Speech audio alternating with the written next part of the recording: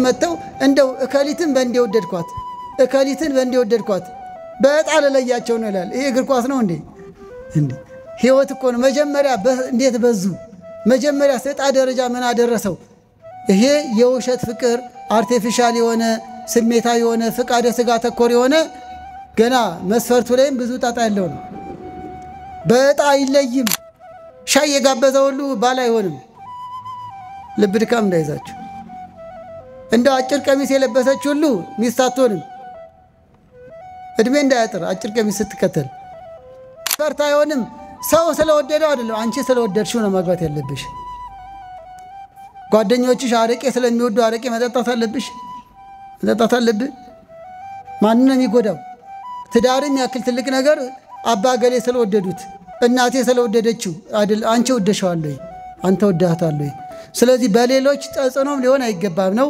እንግዲህ የሰማችሁ ነው እሺ ለማለትም አትቸኩሉ ዝም ብሎ እንደ ዳስጥ ዝም ብሎ መዘገን የለም የዳስጥ ያለፈው ሁሉ ይዘግነዋል አሉ ዝም ብሎ መዘገን የለም የተዋዶ ልጅ በደም ደጅ አስጠኑት ወንዶቹ እንዳይሰሙ ያንተ የሆነችውን ስታገኝ ልብ ያርፋል መቅበዝበዝ ይቀራል ሌላ ፍለጋ ይቀራል ቅል ለጠቡና ያጣም ይላሉ የዱር አባቶች መክደኛውን ሲያገኝ አንዳንድ ቃል ልክክ ይላል ያንቺ የሆነውን በአመለካከቱ በፈሪያ እግዚአብሔር በመስፈርተሽ ሁሉ ሲሆን ልብሽ ያርፋል የተዋደዱት ለጋብቻ ከሆነ ዘር ለመተካት ከዝሙት ጠንቅ ለመዳን በስጋው ደሙ ተወስነው እግዚአብሔርን ደስተኛ ያሰኙ ለመኖር ከሆነ ይሄ እግዚአብሔር የፈቀደው ነው በእግዚአብሔር ቃል ሚዛንነት ፈቅዷል አልፈቀደም ይባላል ማለት ነው በስመ አብ ወወልድ ወመንፈስ ቅዱስ አሐዱ አምላክ አሜን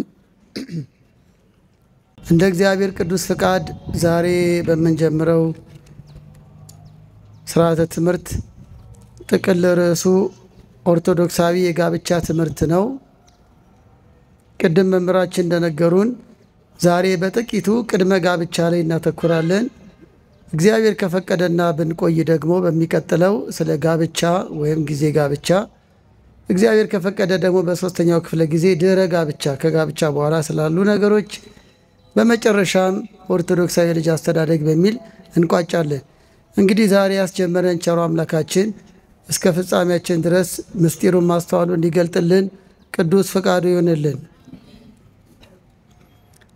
በኦርቶዶክሳዊ ጋብቻ ትምህርት ላይ እንግዲህ ሁሉ ነገር ዓላማ አለው በእውነት ከሆነ ይህም ትምህርት ዓላማ አለው ይልቅም ከዛሬ ጀምሮ በሚቀጥሉት ቀናትም አብረን ለምንቆይ ምእመናን ለጥያቄ ለመማማር ምክንያት እንዲሆናችሁ ዓላማውንም መነሻ ማድረግ አለብን ዓላማው የኦርቶዶክሳዊ ጋብቻ ምንነት ማሳወቅ ነው የዘወትር የቤተክርስቲያን ትምህርት ነው ሆኖም በእንዲያ ለመርሃ ግብር ደግሞ ርዕስ አድርጎ መማማርም እንዲለመድ ነው ማሳወቅ ምንድነው ቅድመ ጋብቻ መተጫጨት ምንድነው በጋብቻ ላይ ያሉ ፈተናዎች ምንድናቸው እንዴት ነው በእግዚአብሔር ቃል መሰረት በቤተክርስቲያን ትምህርት መሰረት እኒን ፈተናዎች ድል ምናደርገው ልጆቻችን እንዴት ነው ማሳደግ የሚገባል ስለዚህ ማሳወቅ ነው የመጀመሪያው ዓላማ ሁለተኛው መነሻ እንዲሆን ነው በዚህ ባወደ ምሕረት ሁሉም ነገር ተሰጥቶ አያበቃም በቅድመ ጋብቻ ዙሪያም ራሱ ዛሬ የምናነሳው ዛሬ በ40ና በ50 ደቂቃ ውስጥ ነው የምንማማረው ግን ቅድመ ጋብቻ በ40 በ50 ደቂቃ ውስጥ አለቀ ማለት አይደለም መነሻ እንዲሆናችሁ ነው ይልቅም ያላገባችሁ ወጣት ልጆቻችን ካህናትን ለመጠየቅ መምህራንን ለመጠየቅ መጽሐፍት ለማንበብ ልምድ ያላቸው ታላላቆችን ለመጠየቅ ለመጠያየቅ መነሻ እንዲሆን መግቢያ እንዲሆናችሁ ነው ሌላው የተቀደሰ ኑሮ እንዲኖረን ነው ይሄው ነው ከቅድመ ጋብቻ እስከ ድህረ ጋብቻ ይሄው ነው የቤተ ክርስቲያን ዓላማ የእግዚአብሔር ዓላማ ሕይወታችን እንዲቀደስ ነው የእግዚአብሔር ፈቃድ መቀደሳችሁ ነው ይላል ቅዱስ ጳውሎስ በአንደኛ ተሰሎንቄ ምዕራፍ 4 ቁጥር 3 ላይ የእግዚአብሔር ፈቃድ መቀደሳችሁ ነው ምእመናን የዚህ ሁሉ የስብከተ ወንጌል ዓላማ የቅዳሴ የውዳሴው ዓላማ የተቀደሰ ሕይወት እንዲኖረን ነው ለመዳን ነው በመልካም ኑሮ ሆነን የእግዚአብሔር መንግስት ለመውረስ ነው ስለዚህ ያወደ ምሕረቱም የስብከተ ወንጌሉም የሰበካ ጉባኤውም የሰንበት ትምህርት ቤቱም እንዲህ መሳሰሉ የወንድሞቻችንም ቃል እግዚአብሔር የማዳረስ ዓላማ እንድንቀደስ ነው የእግዚአብሔር ፈቃድ እንድትቀደሱ ነው። እንደው ለትዳር ብቻ አይደለም፣ በቃ ያላገባ እንዲያገባ ብቻ ልቅስቀሳ ልናደርግ አይደለም። ለተቀደሰ አኗኗር ነው። በየትኛውም ኑሯችን ውስጥ እግዚአብሔር ደስ አሰኝተን የእርሱን ክብር የእርሱን መንግሥት እንድንወርስ ነው። የምስጢር ባለቤት ምስጢሩን ለሁላችን ይግለጥልን።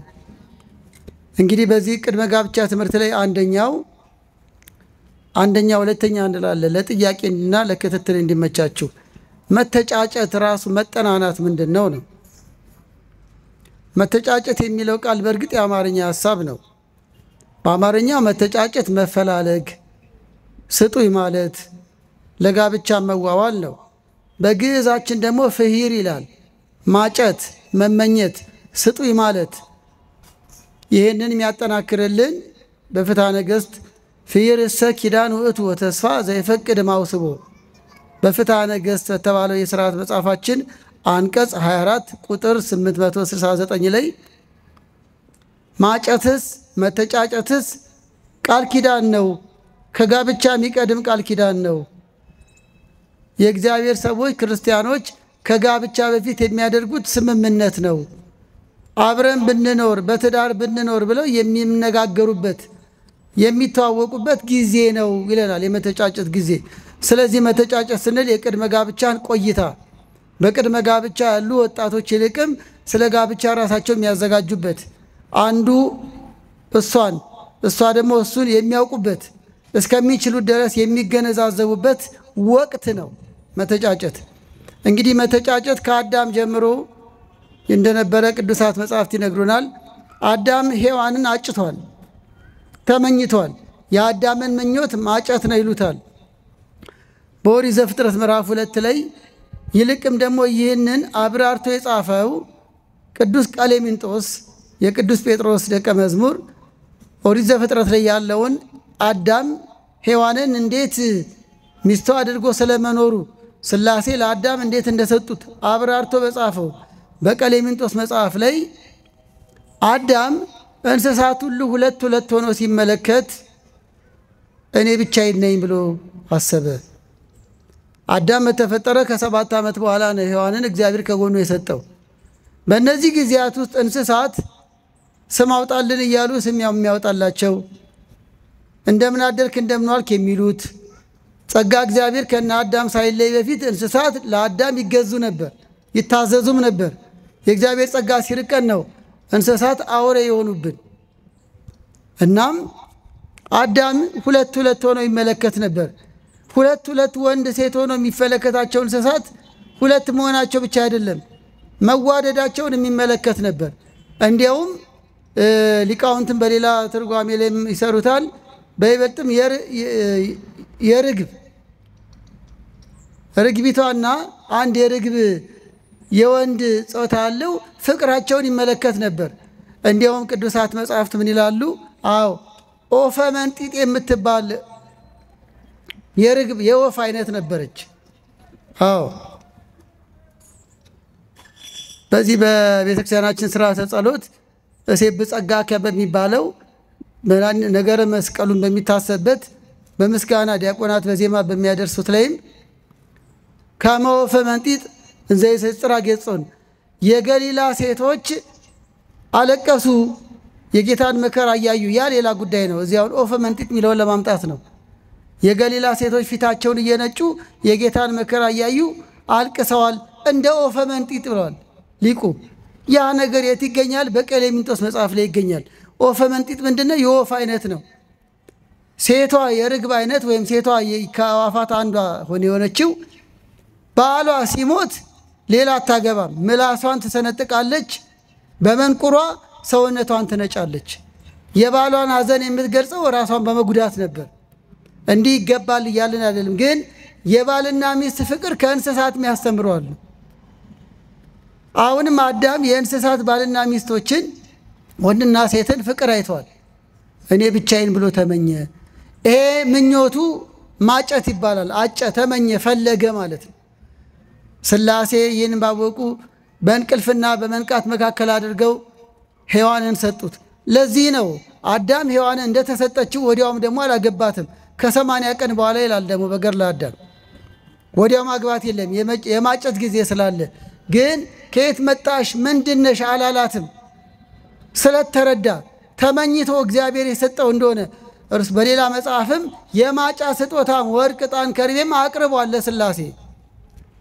እንደ ምኞቱ እንደተሰጠው ስላወቀ ሴት አላት። ሴት ማለት አጥንትሽ ከአጥንቴ ስጋሽ ከስጋዬ የተመኘውን እግዚአብሔር እንደሰጠው እንዲህ ይላል ዘፍጥረት 2:13 ላይ የሚመቸው እንስጠው አለ እንፍጠርለት የምትመቸው ይላል። ሥላሴ አዳም ተመኝቷልና የምትመቸው የሚለው ቃል ብዙ ያናግራል። ትዳር የምትመቸው ሚስት ይዞ የሚመቻት ባል ይዘው እንዲኖሩ ነው። ያውኑ ትዳር እንዴት ነው እንግዲህ ለዚህ ነው ትምህርት ያስፈልገው። የምትመቸው እግዚአብሔር ፈቅዶ የሰጠው የምትመቸው። ለዚህም ነው ስጋሽ ከስጋዬ ነው አጥንቴ ከአጥንቴ ነው አላት። እናም ማጨት ከአዳም ተጀመረ ሲሉ አበው ብዙ መጽሐፍትን ጠቅሰው ነው። እንግዲህ እኛ ያልካልን ለመሆኑ መቼ ይጀመር? አሁን ወደኛ እንምጣ። ራሱ መተጫጨት መቼ ይጀመር? በመተጫጨት ዙሪያ በቤተክርስቲያን ትምህርት ብሉይ ኪዳንን አዲስ ኪዳንን ምንጭ አድርጎ ፍትሐ ነገሥት አንቀጽ 24 ላይ በተለያየ አንቀጽ ተጽፏል። እንዲሁም ደግሞ መምህራን በተለያየ መንገድ በተለያየ አጋጣሚ ያስተምረዋል። እንደው ከዛ የመጣውን ሐሳብ ነው እንጂ የግል አይደለም። መቼ ይጀመር? በጣም ተጠጋግተን ብንሆን ኖሮ እጅ እያስወጣው ጠይቃችሁ ነበር። ለቀጣይ እንደዛ እናደርገዋለን። አንዳንዴ ልክ እንደ ቅርብ መማማር ሂደት እየተያየን እየጠየቃችሁ ይሆን ደስ ይለኝ ነበር። ይሄ ትምህርት ደግሞ በይበልጥ እንደዛ ይፈልጋል። ለማንኛውም የሚኖራችሁን ጥያቄ በወረቀትና ለመርሐ ግብር መሪ ለመምህራችን መጠየቅ ትችላላችሁ። መቼ ይጀመር ለሚለው አንደኛው እድሜ ሲደርስ ነው። አሁን እህቶችም አስቡ፣ መቼ ነው መታጨት ያለብሽ? ወንዶችስ መቼ ነው ማጨት ያለባችሁ? እንደ ቤተክርስቲያን አስተምሮ እድሜ ሲደርስ እንዲህ ይላል፣ ማግባት ወደሚገባ እድሜ ሲደርሱ ይላል።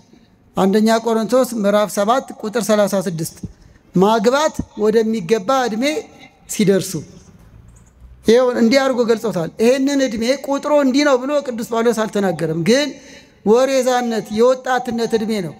ሴቶች ከ15 ዓመት ወንዶችም ከዚያው እንደ ሌላው አገላለጽ ከ18 ዓመት እንደ ቤተክርስቲያን አስተምሮ ደግሞ በ20 ዓመት ወጣትነት ወሬዛ ወጣ አደገ ማለት ነው።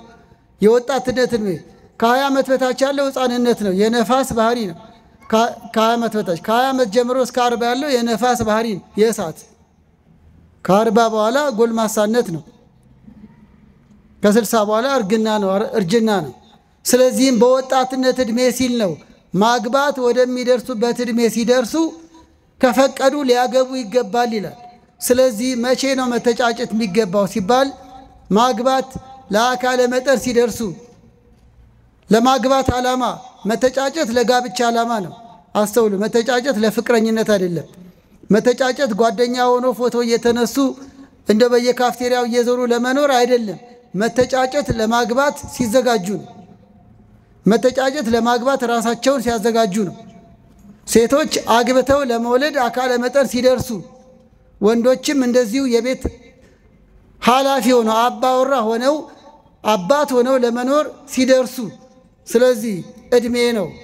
በአማካይ ቅድም የጠቀስኩት ነው። ሌላው ብስለት ነው። መቼ ነው መተጫጨት? ከእድሜ ባሻገር መተጫጨት መጀመር የሚገባው የአእምሮ ብስለት ሲደርስ ነው።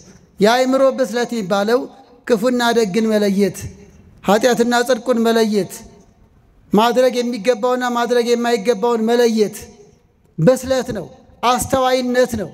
ይህንን ነው የማስተዋል የማመዛዘን፣ ቤትን ለመምራት ልጅን ለማሳደግ ኑሮን ለመምራት ብስለት። ይህ የግድ ትምህርት ብቻ አይደለም። ይህ የግድ እድሜ ብቻም አይደለም። በራሱ ጸጋ ነው።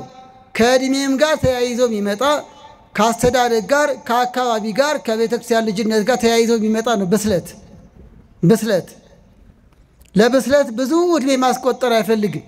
ዛሬ የምናከብራቸው ቅዱስ አባታችን አቡነ አረጋዊ በረከታቸው ይደርብን። በእድሜ ሽማግሌ ሆነው አይደለም፣ ተግባራቸው የአረጋዊ ስለሆነ ነው አቡነ አረጋዊ የተባሉት እንጂ ስማቸው ዘሚካኤል ነው። ከ9 ቅዱሳን አንዱ ናቸው። አስተዋይ ለመሆን እግዚአብሔርን ደስ ለማሰኘት የእድሜ ብዛት አይጠይቅም፣ ብስለት ነው።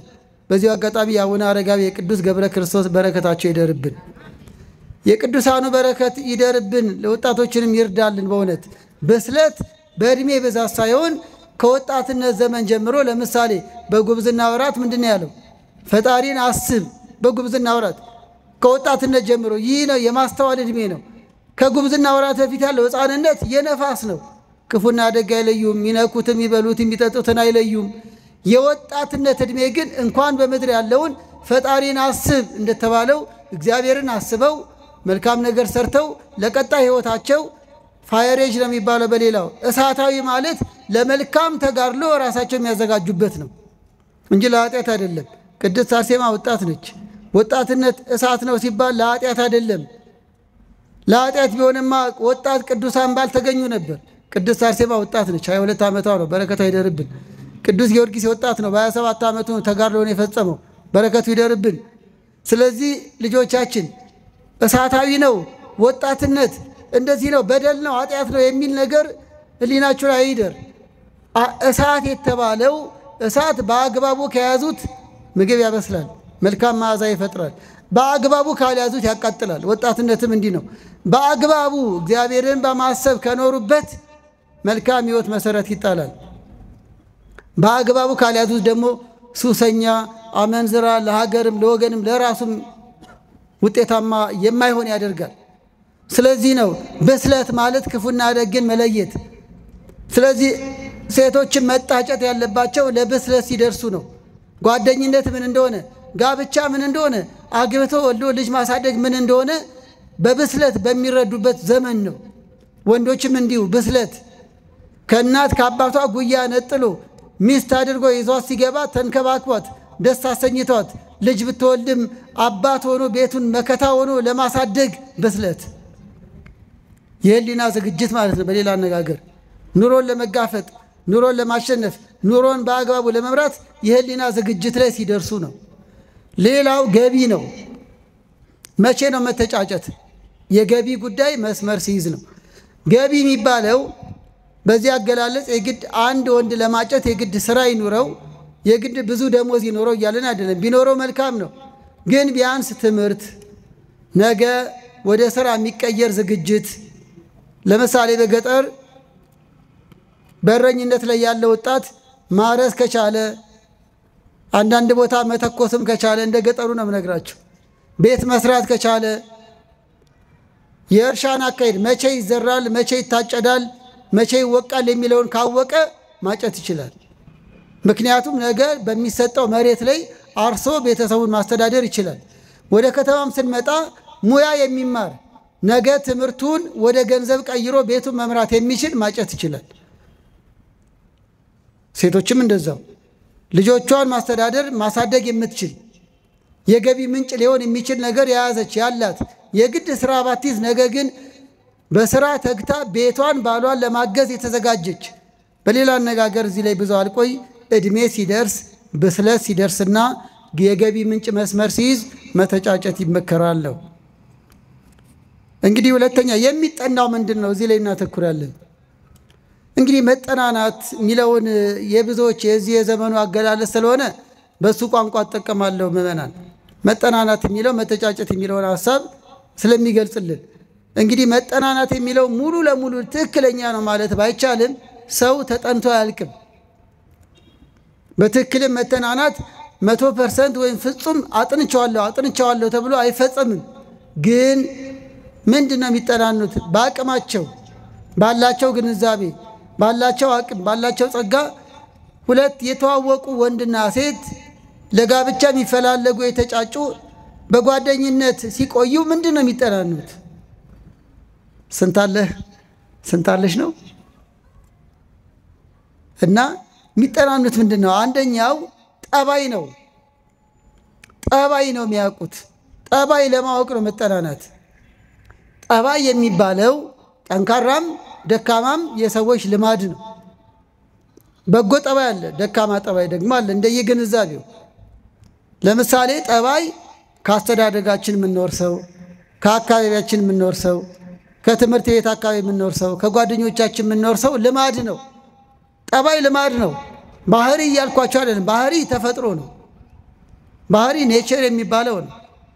ሰው ለምሳሌ ይራባል አይደል? መራብ መጠማት ጠባይ ነው ባህሪ ነው? እስቲ አንዳችሁ ንገሩኝ። ባህሪ ነው። ሰው ነው ማይራባለ? የለም። እሺ ኩርፊያ ምንድነው? ጠባይ ነው ባህሪ ነው? አኩራፊዎች ያላችሁ ስትወለዱ አኩራፊ ሆናችሁ ነው እንዴ? ስለዚህ ኩርፊያ፣ ማርፈድ፣ ኃይለኛ መሆን፣ ተሳዳቢ መሆን፣ ቁጡ፣ ቁም ነገረኛ አለመሆን ደካማ ጠባይ ነው እንጂ ባህሪ አይደለም። አንባቢነት፣ ቁም ነገረኝነት፣ ማህበራዊ ኑሮ ላይ ተሳታፊነት፣ አገልጋይነት ደግሞ በጎ ጠባይ ነው፣ በጎ ልምድ ነው ማለት ነው።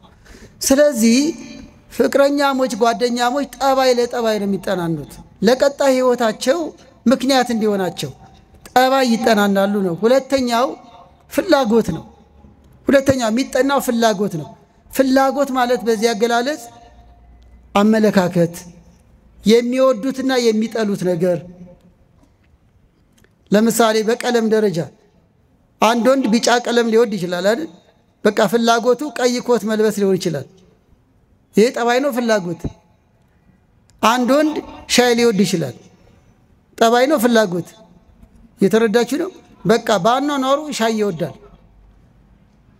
አንድ ሴት ቢጫ ቀለም ቀይ ቀለም ብትወድ ፍላጎቷ ነው አይደል? ወደ ኑሮ ስንመጣ ለምሳሌ ማህበራዊ ኑሮ ላይ ሰዎች በተሰበሰቡበት ቦታ መናገር የማይፈልግ ሰው አለ። መናገር የሚፈልግ ሰው ደግሞ አለ።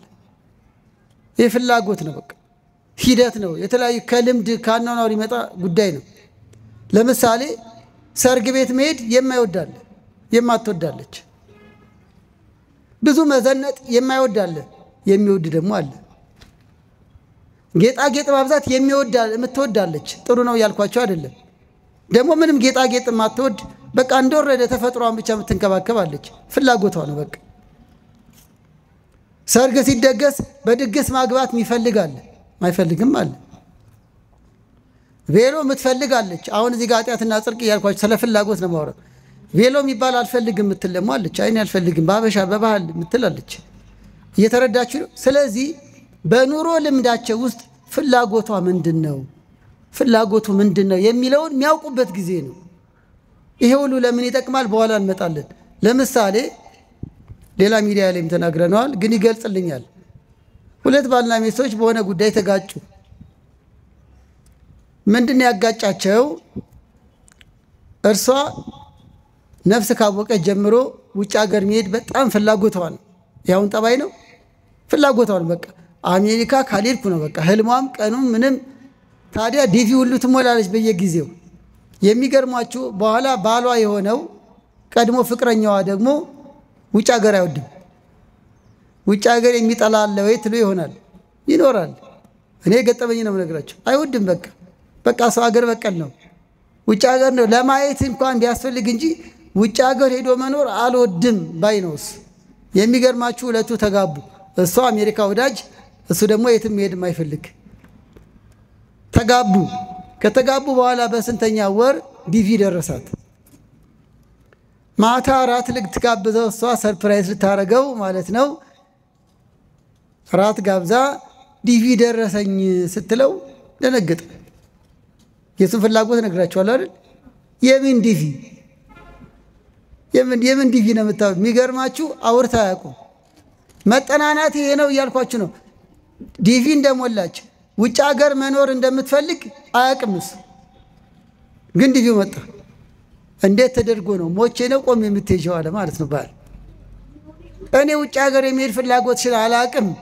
እንዲህ ያለ ፍላጎት ቢኖርሽ ወይ አላገባሽም ወይ ደግሞ እንደሚሆን ይሆናል። እንዴት ተደርጎ አለ። እሷ ልታስደስተው ነው፣ እሱ ደግሞ መበሳጫ ምክንያት ሆነው። በዚህ ምክንያት ከወራት በላይ ተጋጩብን። በብዙ ሽምግልና ተታረቁ። አሁን እንደሚሆን ሆነዋል። እግዚአብሔር ባሉበት ይጠብቃቸው። እየተረዳችሁ ነው? ቅድመ ጋብቻ ያኗኗራቸውን ፍላጎት አለመነጋገር ትዳር ላይ ፈተና ያመጣል። ትዳር ውስጥ ስንገባ ብዙ እናነሳለን እንዲህ አይነት ነገር፣ ግን ከመሰረቱ ለመናገር ነው። ለምሳሌ አንዳንድ ወንዶች በትምህርት አድገው መኖር ይፈልጋሉ። አንዳንድ እህቶችም በትምህርት ፒኤችዲ ከዚያም በላይ ተመራማሪ ሆና መኖር ትፈልጋለች። አንዳንድ ወንድ ደግሞ ሚስቱ ካገባችው በኋላ ተማሪ እንድትሆን አይፈልግም። ለዚህ ነው ትምህርት የሚወድ ትምህርት እወዳለሁ፣ ንግድ የሚወድ ንግድ እወዳለሁ። ስለሚወዱትና ስለሚጠሉት ነገር መነጋገር ማለት ነው መጠናናት ማለት። ወይ በጸጋ ይቀበሉታል ወይም ደግሞ ያቋርጣሉ። እንዲህ አይነት ፍላጎት ካለሽ መኖር አልችልም ሊል ይችላል። እሷም እንደዚሁ። ቅድመ ጋብቻ መተጫጨት ማለት መጋባት ማለት አይደለም። ውሉ ሊፈርስ ይችላል። አስተውሉ። የትኛውንም ዓመት ይጠናኑ ሊቋረጥ ይችላል። ፍቺ ነው የተከለከለው። ፍቺ ከተጋቡ በኋላ መለያየት ነው። መተጫጨት ሊቀር ይችላል። ጠባይ ካልተግባቡ፣ ፍላጎት ካልተገነዛዘቡ ሊቋረጥ ይችላል። እንዲሁም በጣም ሰላማዊ ነው። ይሄ በጣም በጎም ነው። አንዳንዴ የማይሆን ከሆነ በጊዜ ማቋረጥ በጣም የተሻለ ነው። አዎ ጥንቱን ነው እንጂ መጥኖ መደቀስ አሁን ምን ያደርጋል? ድስት ጥሎ ማልቀስ መደቆሳ ይላሉ አበው አይደል? አስቀድሞ ነው። አንዳንዴ ጋብቻ ላይ ሲጓተቱ ሲነታረኩ፣ በነገራችን ላይ የቅድመ ጋብቻ የድህረ ጋብቻ ትምህርት ያስፈለገው ያለ ምክንያት አይደለም። በቀጣዮቹ ጊዜያት ከቁጥር ጋር አያይዘን መንገልጽላችሁ ነገር ይኖራል። በጣም በሚያሳዝናችሁ ባለፈው ዓመት በ2017 በ6 ወር ውስጥ ከአንድ ክፍለ ከተማ ብቻ በ6 ወር ውስጥ 97 ሰዎች ፍቺ ፈጽመዋል። አዎ 97 ትንሽ ነው። የሚገርማችሁ 90ዎቹ ኦርቶዶክሳውያን ናቸው። የሰማችሁኝ ነው። ዝቅ ስናደርገው ከ90ዎቹ 60ዎቹ በቁርባን የተጋቡ ናቸው። ይሄ ያሳፍራል። ምን እየሰራን ነው? የምንድረውን ያህል የሚፋታው እየበዛ ነው። አንዳንዱ ደግሞ ፍርድ ቤት አልሄደም እንጂ ቤቱ የተፋታ ብዙ ነው። አንዳንድ ወጣቶች ማግባት አልፈልግም፣ ትዳር እንደነገሌ ከሆነ ጥንቅር ብለው ይቅር ብለው እንደ ቆሜ ልቅር ያሉ አሉ። ለምን? የኛን አይተው። ለምን ሆነብን? የትዳር ገጽታ እየተበላሸ ነው። በየቤቱ ብዙ ጉድ አለ። በየአደባባዩ ብዙ ችግር አለ። ውስልትና በስቷል። ፍቅር የለም። በየጓዳው መደባበቅ ነው። ነውር በስቷል። ፍቺ በስቷል። ለምን ሆነ? ለዚህ ነው። ትውልድ ላይ እንስራ። ያገባነው አርፈን ቁጭ ማለት እንችላለን። ለትውልድ በማሰብ ነው። ይሄም አውደ ምሕረት ዓላማው ይሄ ነው። ቢያንስ እኛ ድርሻችን እንወጣ። ቅድመ ጋብቻ ያሉ ልጆች አውቀውት ይግቡ፣ ራሳቸውን አዘጋጅተው ይግቡ ለማለት ነው። ትዳር ዕውቀት ይፈልጋል። አሁንም አንድ ምሳሌ ልንገራችሁ። ለምሳሌ ብዙዎች መኪና ታሽከረክሩ ይሆናል። መንጃ ፍቃድ ወይ መኪና ማሽከርከር ለመማር መኪና መግዛት ግዴታ ነው እንዴ? ነው እንዴ? ለምሳሌ እኔ ከተማርኩ ከ9 ዓመት በኋላ ነው አሮጌ መኪና የነዳሁት። መንጃ ፍቃድ ልማር ሲሄድ አንተ መኪና አለህ እንዴ ብሎ የጠየቀኝ የለም። ይጠየቃል እንዴ?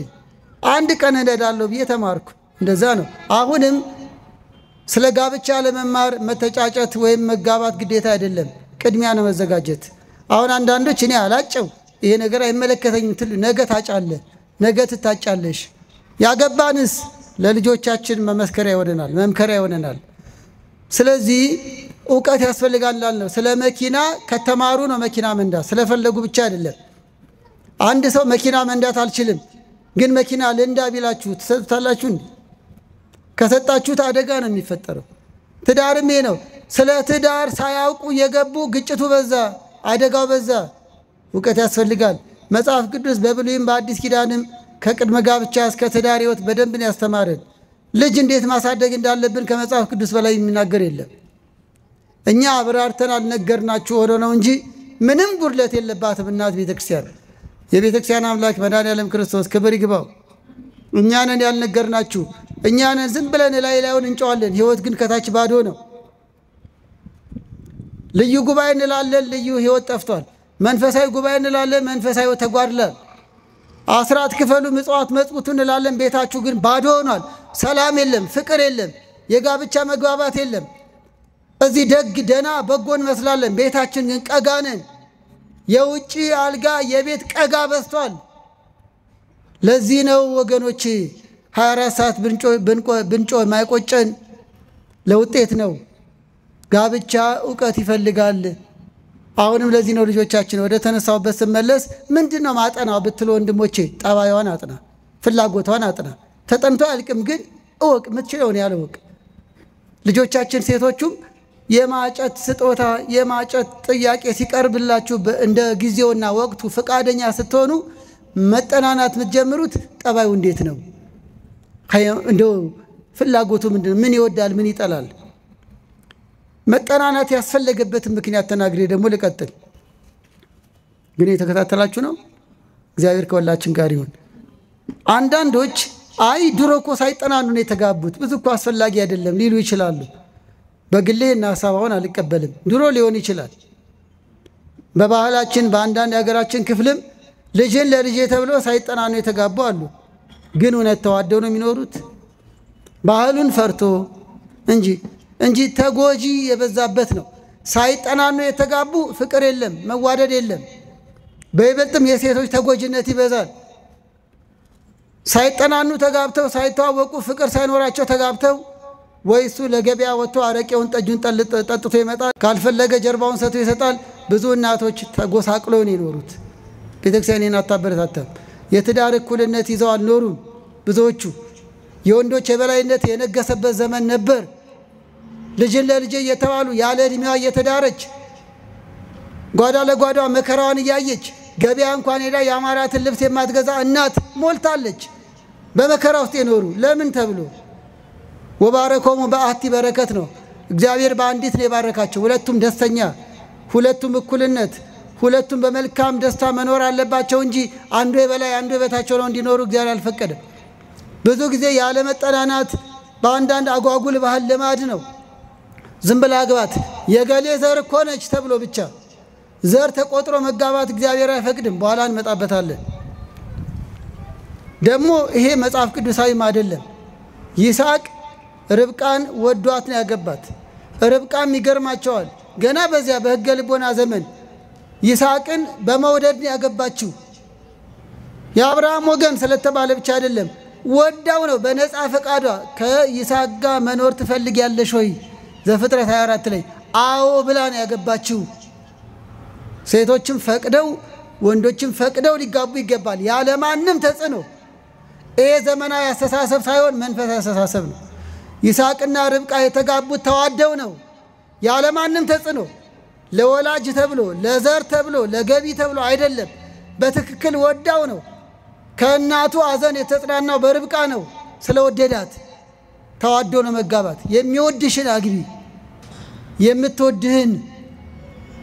የምትወዳትን በመንፈሳዊ ስርዓት አግባ እያልን ነው። ለዚህ ሁሉ መጠናናት ዓላማው ምንድን ነው? የሚያስፈልገው ለምንድን ነው? አንደኛው ሙሉ እምነት እንዲኖራቸው ነው። ለምን አስፈለገ መጠናናት ቢባል በእርሷ ላይ ባሏ እኮ ሊሆን ነው። መጠናናት ለጋብቻ ነው ብለናል፣ ለጨዋታ አይደለም። ስለዚህ ባሏን እንዴት ማወቅ የለባትም? ምን ይወዳል፣ ምን ይጠላል፣ ምን ደካማ ጎን አለው፣ ምን ጠንካራ ጎን አለው። እሱም እንደዛው ሙሉ እምነት በትዳራቸው ላይ እንዲኖራቸው ነው የመጠናናት ዓላማ። ሁለተኛው ለመተራረም ነው። የመጠናናት ዓላማ የጋብቻ ዓላማ መረዳዳት ነው። በኋላ እናያለን በቀጣይ። መረዳዳት ከቅድመ ጋብቻ ጀምሮ መተራረም የመረዳዳት አካል ነው። ደካማ ጠባይ ቢኖረው ልታርመው ነው። ኃይለኞች ደካሞችን ተሸከሙ ይላል። ለምሳሌ እኔም ምስክር ነኝ፣ ከኔም በላይ ብዙ መምህራን ምስክር ናቸው። ድንገት በወንዶች በመመሰሌ ይቀርበሉኝ። በጣም የቤተ ክርስቲያን ልጆች ሴቶቹ ማለት ነው፣ የሰንበት ትምህርት ቤት የማይበራት የግቢ ጉባኤ በአውደ ምሕረት የማይለዩ ሴቶች ልጆች በጣም ሱሰኛ ልጅን ቆራቢ አድርገዋል። የሰማችሁ ነው። ተዋደዱ፣ ግን ሱሱን አልወደደችውም። መክራ አስመክራ አይደለም። ይሄ በባህር ማዶ በይበልጥም ኒውዮርክ በሚባል ሀገር የገጠመኝ ሃይማኖት የለሽ የነበረ አንድ ፈረንጅ ነበር። አንዲት አበሻ ሴትን ለጓደኝነት ጠየቃት። በትክክል አምነ ኦርቶዶክሳዊ ከሆንክ አገባለሁ አለችው። ኦርቶዶክስ ምንድነው? ክርስትና ምንድነው? እያለ ከስር መሰረቱ ጀምሮ እሷ ምክንያት ሆናው ልክ አንደኛ ቆሮንቶስ ምዕራፍ 7 ለመቀደሱ ምክንያቱ ነው ያለው እዚህ ላይ ነው። ለሱ መቀደስ ጓደኛው ምክንያት ሆነችው።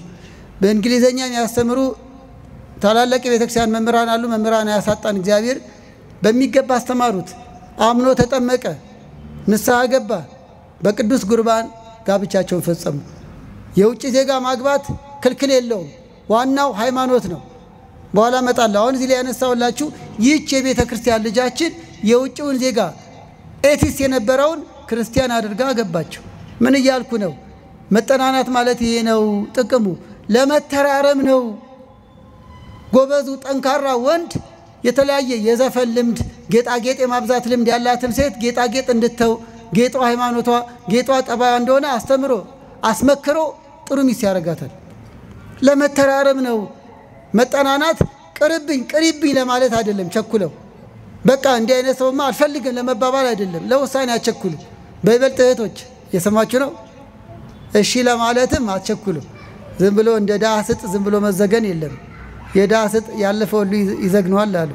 ዝም ብሎማ መዘገን የለም። የተዋህዶ ልጅ በደም ደጅ አስጠኑት፣ ወንዶቹ እንዳይሰሙ። እሺ አው ደጅ አስጠኝ በደንብ ከልቤ ነው የምናገረው። ደጅ የምታስጠኙ ግን በኩራት በትዕቢት አይደለም። ምንድነው ልምድ? የጸሎት ልምድ፣ መንፈሳዊ አቋም፣ ውሎ የት ነው? ምሽት የት ነው? ለመተራረም ነው። እሺ አሁንም ወደ ተሞክሮ ይወስዱኛል አንዳንድ ነገር እንዳትሰለችሁ። አልሰለቻችሁ? እግዚአብሔር ከሁላችን ጋር ይሁን። አሁንም ሴቶች ስሙ። ምን ሆነ መሰላችሁ? በፍቅረኝነት ጊዜያቸው ቀን ይገናኛሉ፣ የወዲያቸውን ያወራሉ።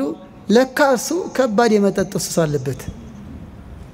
ከ12 ሰዓት በኋላ አይመቸውም። ሁሌ በጊዜ ነው ቤት ምገባው፣ ቀልድ የለም፣ ስልኬን ሁሉ አጠፋለሁ ብሏታል ፍቅረኛውን። ለካ እጅሬው ከ12 ሰዓት በኋላ ግሮሰሪ ነው። ለእኔም ማምጪ ለአንቺም ቅጂ እያለ ሲያጋጭ ከምሽቱ 5 ሰዓት ከገባ በጊዜ ገባ የሚባል ልጅ ነው። እየሰማችሁ ነው። ፍቅረኛ አታውቅም። የሚያሳዝነው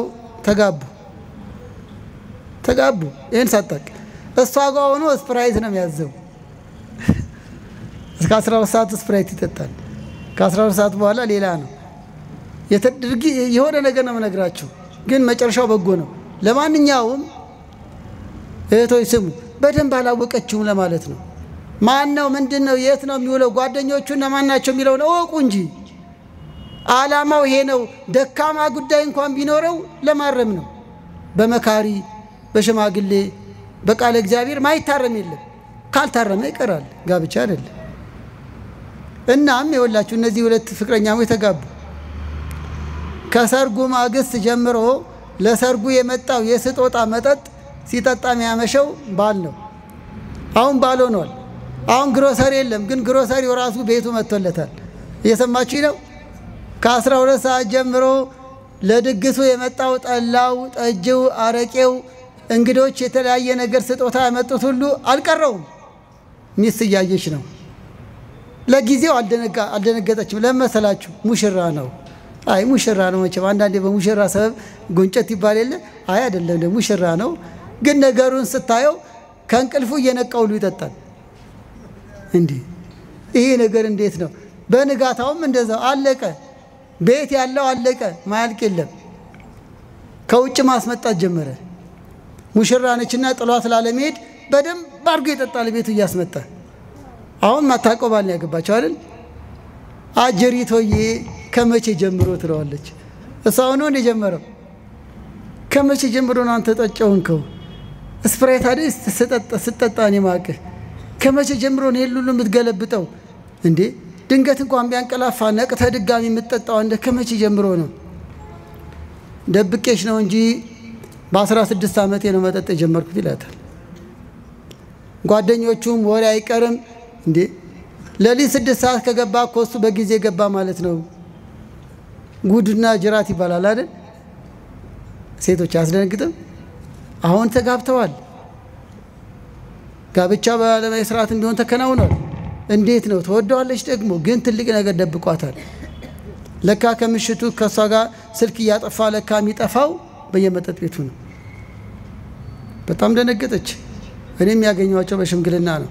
ያም ሆነ ግን ተመክሮ ተዘክሮ ትዳራቸው እንዲጸና ተብሎ ቤተሰብም ብዙ አስተዋጽኦ አድርጎ ያ ክፉ ልምድ ያለው ልጅም ዋጋ አስከፍሏል። በጣም ዋጋ አስከፍሎናል። በይበልጥ እሷ ታግሳ እንደሚሆን ሆኖ እግዚአብሔር ይመስገን መጠጡን ጥቶ ጥሩ ጋብቻ ላይ ያሉት እግዚአብሔር ይባርካቸው። ግን ያን ሁሉ ዋጋ ያስከፈለው እሷም ታጋሽ ሆና ቤተሰቦቿም ጥሩዎች ሆነው አይዞሽ ይስተካከላል እያሉ አበረታተዋት እንጂ እንዲህ ያለ ወንድ ቅርብኝ ብትለው ኖሮ ተበላሽቶ ነበር ህይወት። እየተረዳችሁ ነው? ስለዚህ ወገኖቼ የመጠናናት ዓላማው ለመተራረም ነው። ምን የሚጋባው ሰው ነው። ሰው ደግሞ ደካማ ጎን አለው። አንተ ተአምር ደካሞ ለሰብ ይላል ቅዳሴያችን ፍትሐ ዘወልድ። አንተስ የሰውን ድካም ታውቃለህና። ወንድሞቼ የምታጫዋት ልጅ ከሰማይ የወረደች አይደለችም፣ ምድራዊ ነች። ጠንካራ ጎን እንደሚኖራት ሁሉ ደካማ ጠባይም ሊኖራት ይችላል። እህቶቼ ልጆቻችን ሴቶቹ ወንዶችም እንደዛው ጠንካራ ጎን እንዳለው ምንም የቤተክርስቲያን ልጅ ቢሆን ደግሞ ስጋ ለባሽ ነው፣ ደካማ ጎን ይኖረዋል። ስለዚህ ያን ደካማ ጎን ወይ ይቀበሉታል ወይ ያርሙታል። በቃ ይሄ ነው። ሌላው ተሞክሮ ለመካፈል ነው መጠና። ለምሳሌ ጥሩ አንባቢ ከሆነች እሱም የአንባቢነት ልምድ፣ ጥሩ ነጋዴ ከሆነ የትጋት የሥራ ትጋት ከባሏ ትማራለች፣ ባሏ ከሚሆን ጓደኛዋ እንደሚፈልጉት አመለካከት ከጥሩ ጎናቸው ይማማራሉ ለማለት ነው። እሺ መተጫጨት ምንድነው? ዓላማው ምንድነው? አሁን ሶስተኛው መስፈርቱ ላይ እንሂድ። ለመሆኑ የመተጫጨት መስፈርት ምንድነው? በሃይማኖታዊ ምልከታ ለብቻው፣ በሰባዊ ምልከታ ለብቻው እናያለን። ከሃይማኖት ትምህርት አንፃር ማለት ነው። በፍትሐ ነገሥት አንቀጽ 4 ጀምሮ የተጻፈውን ለመሆኑ እህቶቻችን ሲያጭሽ መስፈርትሽ ምንድነው? ወንዶች ሲያጩ መስፈርታችሁ ምንድነው? ቤተሰብ ሲተጫጩ መስፈርት ማድረግ ያለባችሁ ምንድነው? ዘሩን ነው? የማን ዘር ነው? ቤት አለ ወይ? መኪና አለ ወይ? ጥሩ ነው እሱ እኮ ክፉ ነው አይደለም። ቤት ሀብት ንብረት ግን እሱ ብቻ መስፈርት ነው? ለዚህ ነው መስፈርት አንደኛው በሃይማኖት አንድ መሆን ነው። በፍትሐ ነገሥት አንቀጽ 24 ከቁጥር 859-69 የተጻፈው እጮኛሞች በሃይማኖት አንድ መሆን ይገባቸዋል። ሃይማኖት ስንት ነው በነገራችን ላይ? ሃይማኖት እግዚአብሔር ስንት ነው? አንድ ጌታ፣ አንድ ሃይማኖት፣ አንዲት ጥምቀት ኤፌሶን 4 ቁጥር 4። በሃይማኖት ስምማ ብዙ አለ። ዓለማችን ላይ ከ250 ሺህ በላይ በክርስትና ስም ድርጅቶች አሉ። ከ250 ሺህ በላይ። እኛ ግን ምናምነው ወናምን በአቲ ጥምቀት ለስርየተ ኃጢአት የልጅነት ጥምቀት በመሳሰጥ በአንድ ጌታ በአንዲት ጥምቀት እናምናለን። ሐዋርያት በሰበሰቧት በሰበኳት የተዋህዶ ልጆች ያደረገን አምላካችን ክብር ይግባው። ስለዚህ እዚህ ላይ ብዙ ትንተና ውስጥ አልገባም። ግን ለአንዳንዶች ጥያቄ እንዳይሆንባቸው ኦርቶዶክሳዊት ልጅ ኦርቶዶክሳዊ ያልሆነ ጓደኛ ቢያጫት የመጀመሪያ ተምሮ እንዲጠመቅ ማመቻቸት ይገባታል። ያመነ ባላመነ ተቀድሰዋል የሚለው ጋብቻ ላይ ላሉ ክርስትናን መጀመሪያው ዘመን ላይ ለተቀበሉ የተሰጠ መልስ እንጂ ለጮኛሞች አይደለም። አንዳንዶች ምን ችግር አለው? እኔ ኦርቶዶክሳዊ ነኝ እርሱ ሌላ ነው፣ ምንም ችግር የለም ያመነ ባላመነው ተቀድሰዋል ብለው ያለ ቦታው ይጠቅሱታል። እንደሱ አይደለም። አንደኛ ቆሮንቶስ ምዕራፍ 7 ላይ ይሄ ተነገረው ትዳር ላይ ለነበሩ አዲስ አማኞች ነው። ሴቶቹ አምነው ተጠመቁ። ባሎቻችንን እንፍታ ወይ አሉት ቅዱስ ጳውሎስ። ባሎቻችንን እጮኛን አይደለም። አሁን እኛ ክርስቲያን ሆናል፣ ባሌ ግን መጥቶ ክርስቲያን አልሆነም፣ ምን ይሻላል? መፋታትን አልፈቅድም አለ መጀመሪያ ቅዱስ ጳውሎስ። ያመነች ላላመነው ምክንያቱኝው ለመቀደሱ ምክንያቱኝ ነው። አላምን ካለ ግን ተለዩ አለ። ስለዚህ በዘመኑ ለነበሩ ባል ለብቻው ለመጣ ሚስትን ወዲያው አትፍታ አምጣት፣ ባልሽን ይዘሽ ነይ እንዳለ ጌታ ሳምራዊቷን ያላመነች ሚስት እንድትመጣ ምክንያቱ ናት፣ ምክንያቱኝው ለማለት እንጂ እነሱም ቢሆኑ ትዳር ላይ ሆነው አላምንም ካለ ይለዩ ብሏል። ባያምን ግን ይለይ ነው የሚለው አንደኛ ቆሮንቶስ ምዕራፍ 7 እንጂ ለእጮኛሞች አለ። እጮኛሞች ገና ሲተጫጩ የመጀመሪያው መስፈርት የኢትዮጵያ ኦርቶዶክስ ተዋሕዶ ቤተክርስቲያን አማኝ የሆነች የሚለው የመጀመሪያ ነው። እንዲህ ይላል ቅዱስ ጳውሎስ፣ ከማያምኑ ጋር በማያመች አካሄድ አትጠመዱ ይላል። ሁለተኛ ቆሮንቶስ ምዕራፍ 6 ቁጥር 14 ሰማችሁ ይህን ቃል? አትጠመዱ። ትዳር መጣመር ነው አይደል? ዛ ተጻመረ ነው የሚለው። ስለዚህ አትጠመዱ አትጋቡ ሲል ነው። ከማያምኑ ጋር ከአሕዛብ ጋር ከሌላ ድርጅት ተከታይ ጋር የኦርቶዶክስ ልጅ ሊጋባ አይፈቀድም። የእግዚአብሔር ቃልም እንዲህ ይላል በኦሪት ዘዳግም ምዕራፍ 7 ቁጥር 3 ከአሕዛብ ጋር ቃል ኪዳን አታድርግ። ዘዳግም 7 ከአሕዛብ ጋር ቃል ኪዳን አታድርጊ፣ ከማያምኑ ጋር የውል ነገ እንጋባለን ብለሽ ጓደኛ አትሁኚ። ዘፍጥረት 28 ቁጥር 6 ካላመነው ጋር ልጅን እንዳታጋባ ይላል የእግዚአብሔር ቃል ለወላጅ ሲያስጠነቅቅ። ጣዖት የሚያመልኩ እኔን ከማያውቁ ቃሌን ከማይሰሙ ጋር ልጅን እንዳታጋባ ያለ ያዛል። ስለዚህ መሰረቱ ከኦሪት ጀምሮ እስከ ዓለም ፍጻሜ የቤተክርስቲያን ትምህርት የሚጋቡት ኦርቶዶክሳውያን ለኦርቶዶክሳዊ ተዋሕዶ አማኝ ብቻ ነው። ዘሌዋውያን 18 ቁጥር 17ንም ይሁት። ይሄንን ስንል አንዳንዴ የምግባር ልዩነት ሊኖር ይችላል። ለምሳሌ ነገር ያነሳዋል። አንዳንድ እህቶቻችን ንስሐ እየገቡ የሚቆርቡ ናቸው። የሚያጨው ወንድ ኦርቶዶክስ ነው ግን አይቆርብም። ምን ይሻላል? ይቅርባት። የምግባር ልዩነት ሊኖር ይችላል። ቅድም ያልነው በመጠናናት ጊዜ እንዲማር አመቻችታ እሱም ቆራቢ እንዲሆን አመቻችታ መጋባት ይችላል። ይሁን እኔ ቆራቢ ነኝ እሷ ግን ቁርባ የሚባል አታውቅምና ወድጃታለሁ ግን ትቅርብኝ ሊል አይችልም። ቆራቢ እንድትሆን ማስተማር ነው። እንኳን ኦርቶዶክስ ሆነች እንኳን ኦርቶዶክስ ሆነ ሳይቆርቡ ጥሩ ህይወት ያላቸው ሰዎች እኮ አሉ። ቆራቢ ሆነን ደግሞ አሰናካዮች አለን እኮ። አገልጋይ ሆነን ከአገልጋይ የማይጠበቅ ህይወት ያለን፣ አገልጋይ ሳይሆኑ ደግሞ ጥሩ ህይወት ያላቸው አሉ። እነሱ ቢቆርቡ እንደው ክንፍ አይወጡም እንዴ? ስለዚህ ቆራቢ፣ ዘማሪ፣ ቀዳሽ፣ አወዳሽ፣ ታዋቂ መሰረት አይወድም። የኦርቶዶክስ ተዋሕዶ አማኝ የሆነ ቆራቢ ለቆራቢ ከተገናኙ እግዚአብሔር ይመስገን አሁን የተመቸ ይላል። ካልሆነ ተምሮ እግዚአብሔርን ፈርቶ በስጋው ደግሞ ተወስኖ የሚኖር ከሆነ መልካም ነው። ከዚህ አንጻር ነው ባይሆን ለካህናት ዲያቆናት ሊያገቡ የሚገባው አንዲት ድንግል ይላል በአንደኛ ጢሞቴዎስ ምዕራፍ 3 ለምሳሌ ዲያቆን አግብቶ ቄስ መሆን ይገባዋልና ለክህነት ደግሞ ድንግል ማግባት ግድ ነው። በፍትሐ ነገሥት አንቀጽ 9 ድንግል ያላገባ ካህን አይሆንም። ይሄ በቃ ቤተክርስቲያን ቀኖና ነው። ከዚህ አንጻር ለምሳሌ ወንዶች ዲያቆናት ሃይማኖቷ ብቻ ላይሆን ይችላል የሚያዩት በድንግልና መኖሯም ካኖኖራ ከንስሐ አባቷ ከወላጆቿ ማረጋገጥ አለበት ከሷ። ከዚያ ውጭ ላሉት ግን በንስሐ ከተመለሰ ነገ ለቁርባን ለንስሐው ዝግጁ ከሆነ መጠናናት መጀመር ይችላል። ሌላው መስፈርቱ ከዝምድና ነፃ መሆን ነው። ከምን ዝምድና ግን ምንድነው? በቤተክርስቲያን አስተምሮ የምን ዝምድና ነው? አይ እንደ ልብ እንዳልጠይቃችሁ ራቃችሁብኝ። ግን ጮክ ብሎ ቢነግረኝ ዝምድና ምንድነው? የሥጋ አይደል? እሺ የሥጋ ዝምድና የታወቀ ነው። ሁለተኛውስ የጋብቻ አይደል? የጋብቻ ዘመዳሞች በእኔና በባለቤቴ መካከል ቤተሰብ መካከል ዝምድና ተፈጥሯል። አሁን የኔ ልጆች አሁን 3 ወንዶች ልጆች የኔ ልጆች ወይም የባለቤቴ እህቶች ዝምድናውን ለማሳየት የባለቤቴ እህቶች ለኔ ልጆች ምንድናቸው? አክስት አይደል? በቃ አክስት፣ አጎት፣ የጋብቻ ዝምድና ቀድሞ በተጋቡ መካከል ዝምድና ተፈጥሯል። ከዛ በኋላ ሌሎቹ ከዛ በኋላ ተከትለው ማግባት ክልክል ነው። እስከ አያት፣ አጎት፣ አክስት በዚያ ዙሪያ ያሉ የጋብቻ ዝምድና ያላቸው መተጫጨት ክልክል ነው። ሌላው ዝምድና አበልጅነት ነው። አበልጅ ምንድነው? ክርስትና አባትና እናት። በቤተክርስቲያን በሥርዓተ ጥምቀት ትምህርት አበልጅ የሚለው አማርኛችንም ደስ ይላል። መንፈሳዊ ዝምድና ማለት ነው። ጽዋ ማህበር ወይ ሰንበት ቤት እንደዚህ ማለት አይደለም።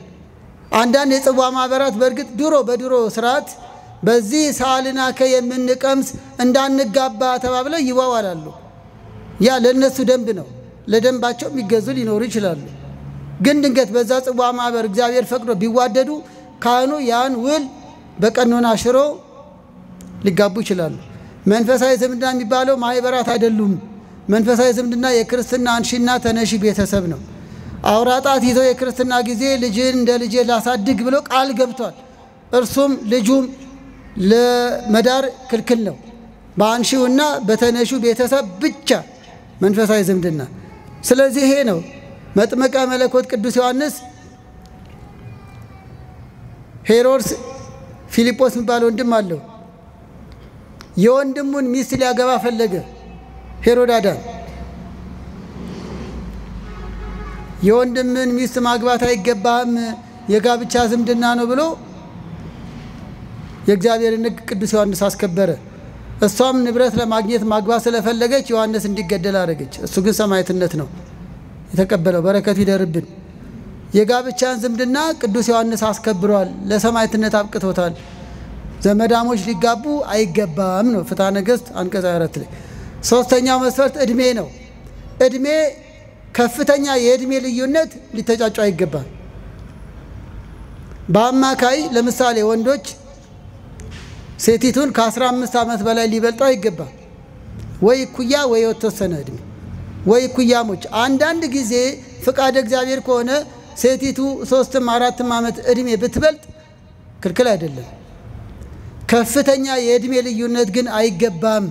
የእነ አዳምና የሔዋን ምስጢር ሌላ ነው። እሱን ሌላ ጊዜ እናነሳለን። አላቻ ጋብቻም አይገባም። የ15 ዓመት ልጃገረድን የ30 ዓመት ጎልማሳ እንዲያገባ አይገባም። የአዳም የሔዋን እንዳትሉን፣ እሱ ልደቷን አክብራ አይደለም 15 የሞላት ፍቃድ እግዚአብሔር ነው። ምክንያት አለ። የነገደ ድኅነት ምስጢር ነው። ያ ማስረጃ ሆኖ የ15 ዓመት ልዩነት ያላቸው ይጋቡ አይባልም። እድሜያቸው ሲገፋ የአካልም የስነ ልቦናም ልዩነት ይፈጠራል። ትዳሩ ሰላም አይሆንም። እየተለያዩ ይሄዳሉ። እሷ እያደገች እሱ እያረጀ። ስለዚህ የእድሜ ከፍተኛ ልዩነትም አይገባም። ማግባት ወደሚገባው እድሜ ሲደርስ ያለው ይህንን ነው። አንደኛ ቆሮንቶስ 7:36። ሌላው ለጋብቻ ዓላማ ብቻ ነው። መስፈርቱ ምንድነው? ለመጠናናት ለጋብቻ ዓላማ። ይሄን ያልኳችሁ ለምሳሌ ለፍቅረኝነት ተብሎ መተጫጨት ክልክል ነው። ለጋብቻ ዓላማ ነው ሊተጫጩ የሚገባው። የጋብቻ ዓላማ ምንድነው? በቀጣይ የምንማረው ነው። ግን አስተውሉ፣ የቤተክርስቲያን አስተምሮም ለጋብቻ የተፈቃቀዱ ይላል። በመተጫጨት የሚፈቀደው ለጋብቻ የተፈቃቀዱ። ለምሳሌ መጽሐፈ ተክሊል ወይ ፍትሐ ነገሥት አንቀጽ 4 3 ነገር አለው። የመጀመሪያው ክፍል ስለ መተጫጨት ነው። መሐለኛው ክፍል ስለ ጋብቻው ስርዓት ነው። የመጨረሻው ክፍል ስለ ድህረ ጋብቻ ነው። ለምሳሌ ሌላ ጊዜ ማነሳዋለሁ። በማጫ ስርዓት ውስጥ ድሮ ቃል ኪዳን ቀለበትም ሊጠለቅ ይችላል። ግን ቀለበት የሚያጠልቁት በድሮ ነው። አሁን የለም፣ አንድ ጊዜ ሆኗል። ግን በመጽሐፈ ተክሊል ያለ የቀለበት ስርዓት ሚላለ ቀድሞ የቀለበት ስርዓት ቀድሞ ያደርጋሉ። መጀመሪያ ቀለበት ያጠልቁና ከአመት ከሁለት ዓመት በኋላ ደግሞ ይጋባሉ። እንዳይከዳዱ የሚጠለቅ ቀለበት። ይሄ ግን ተቀይሯል። አሁን ቀለበት ተባርኮ የሚያጠልቁት በስርዓተ ጋብቻው ላይ ብቻ ነው። ግን ቀድሞ ነበር ወይም ስርዓቱ ላይ ነበር። ይሄን ሁሉ ያልኳችሁ የግድ ቀለበት ግዴታ አይደለም። ግን የሚተጫጩት የሚጋቡ ናቸው ለማለት ነው። ለመኝታ፣ ለመዳራት፣ ለገንዘብ፣ ለውቅና ጓደኛ ይዣለው ፍቅረኛ ይዣለው ለመባባል አይደለም። በትክክል ለጋብቻ ዓላማ ብቻ ነው። እግዚአብሔር ያጣመረውን ሰው አይለይ የሚለውን ቃል ኪዳን ለማግኘት ነው። ማቴዎስ 19:6። ሌላው እንግዲህ ይሄ ሃይማኖታዊ መስፈርት ነው። ሰብአዊ መስፈርት በሰብአዊ ደረጃ ያለ መስፈርትስ አንደኛው የአመለካከት መቀራረብ ነው። መስፈርቱ ያጨሽ ጓደኛሽ አመለካከትሽን አግኝቶታል? አይምሮሽን አስተሳሰብሽን ወዶታል? መርምሪ። ወይስ ቁመናሽን ብቻ ነው? ሻይ የጋበዘ ሁሉ ባል አይሆንም። ልብ ድካም እንዳይዛችሁ። እንደው አጭር ቀሚስ የለበሰች ሁሉ ሚስት አትሆንም። እድሜ እንዳያጥር አጭር ቀሚስ ስትከተል ግልጽ ነው የምንናገረው።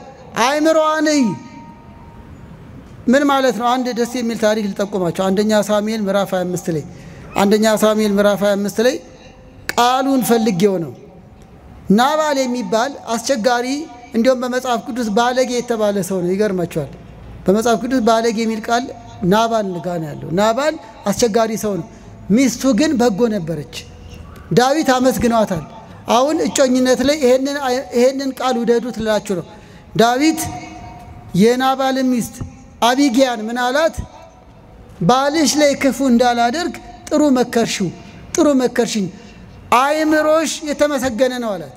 ምንሽ እስቲ በሉት አይምሮሽ አያችሁ አመለካከትሽ ማለት አይደል አሁን ቁመናሽ መልክሽ አላለም የሰው ሚስትን ራሱ ያደነቃት አይምሮሽ እሱ ከንቱ ሰው ሆነ እንጂ ያንቺ አይምሮ የተመሰገነ ነው አላት አንደኛ ሳሙኤል ምዕራፍ 25 ላይ ልጆቻችን ስነ ልቦና ላይ ጠባይ ላይ ያተኩሩ ሰባዊ ምርጫ ላይም አመለካከት ላይ ያተኩሩ ውበት ሐሰት ነው ደምግባትም ከንቱ ነው እግዚአብሔርን የምትፈራ ሴት ግን እርሷ የተመሰገነች ናት ይሄ ነው ፈሪያ እግዚአብሔር አላት ወይ ፈሪያ እግዚአብሔር አለ ወይ ያመለካከት መገነዛዘብ ያመለካከት ውበት ላይ ያተኩሩ ከሳራ ተማሩ ይላል አንደኛ ጴጥሮስ ምዕራፍ 3 ላይ አብርሃም ሳራን የወደዳት ቁመናዋን ብቻ አይደለም ደግነቷን ደግነት ቅንነት ስለዚህ የማይጠፋው ልብስ ለብሳለች አላት